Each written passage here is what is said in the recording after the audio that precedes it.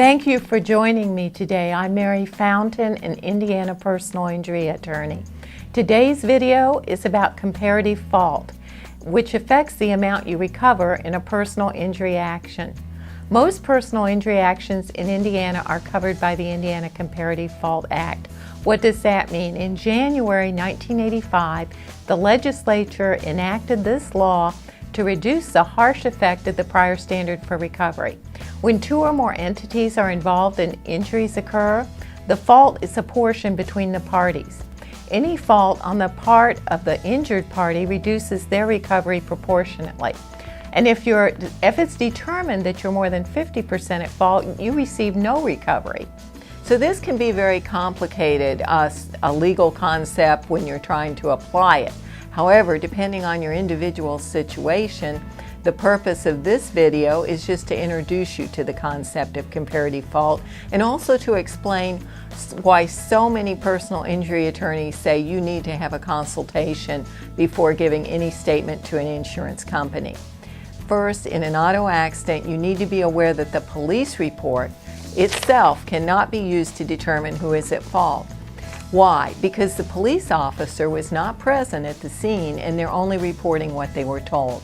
The report can be a helpful starting point, but the insurance company for the other driver will want to take your statement. And they'll want to take your statement because they want to find a way to unwittingly cause you to say something that will allow them to assign fault to you. Let's take an example. Suppose you're driving through an intersection on a yellow light and someone turns in front of you. The police report will usually assign all fault to the other driver for failure to yield the right-of-way. But if you give a statement to the insurance company, and also depending on a lot of other factors, you could be assigned fault. In fact, you could be assigned so much fault that you would not obtain a recovery. A second common example is a multi-car rear-end collision, where the statements among the different drivers involved in the collision differ. For example, regarding whether you first rear-ended the car in front of you or you were pushed into that car by the car behind you rear-ending you. Or, for example, sometimes a police officer will assign fault even to the car that was pushed into the car in front of them simply because they say you were following too closely.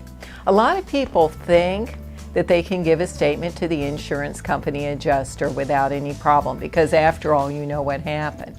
But consider the fact that the insurance company adjuster spent a lot of time in training and has had a lot of experience in how to take these statements, and they work for the insurance company. They don't work for you.